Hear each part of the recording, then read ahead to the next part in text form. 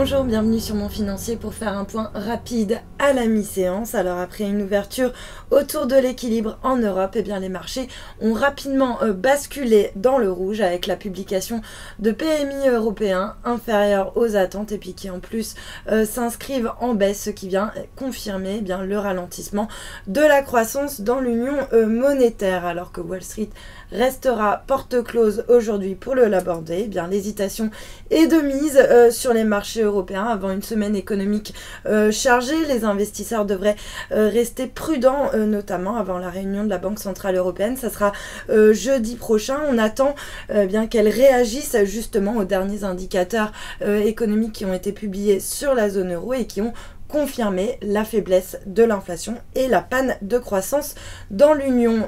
En attendant, le CAC, lui, donc consolide légèrement, moins 0,35%, on revient autour des 4365 points. Ailleurs, même tendance, Francfort perd 0,2%. Et puis du côté des valeurs, eh bien c'est GDF Suez qui s'empare de la tête de l'indice avec un gain de 1,2%, suivi de Gemalto qui gagne 0,6% grâce à ING qui estime eh bien que le titre offre un bon point d'entrée actuellement. À l'inverse, Iliad perd 3,8% après l'annonce de ses résultats semestriels qui viennent confirmer bien que le groupe est en bonne voie pour atteindre en 2014 et donc avec un an d'avance son objectif d'un chiffre d'affaires de 4 milliards d'euros, alors que du côté du mobile, eh bien, la part de marché devrait avoisiner les 15% d'ici 3 ans et pourtant la publication est sanctionnée. Puis dans son sillage, on a également Orange qui redonne 2,8%. Et puis